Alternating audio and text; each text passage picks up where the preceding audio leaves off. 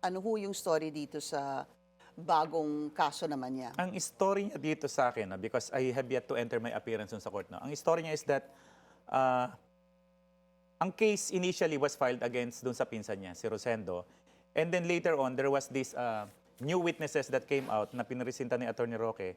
Nagkaroon ng amended resolution. There was this amended information where he was impleaded now as additional accused.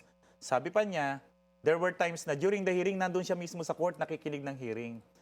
He can see Attorney Roque attending the proceeding. He So was let's there. put some context into it. You're talking about Attorney Harry Roque. Yes, hindi he ho was ba? the private prosecutor. He is Yun the po. private Siya prosecutor po yung dun sa private kaso na. prosecutor na nagpo-prosecute dito sa kasong Yes. ito.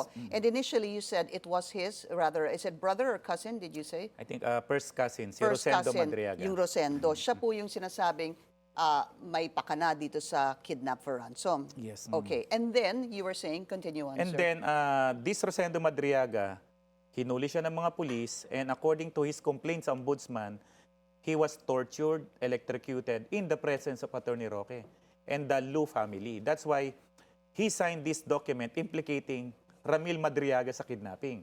Now, during the preliminary investigation, he recanted.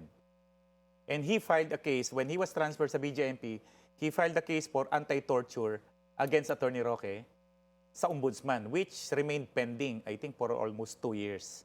Isa yon. Then, because of the new witnesses daw, then this resolution came about at nakasuhan na si Madriaga.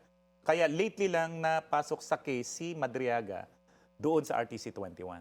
He was never arrested during the hot pursuit operation, sa location where the victims were rescued. Hindi ganun ang kwento ron. Iba lang talaga yung narrative pagdating sa arrest ng police.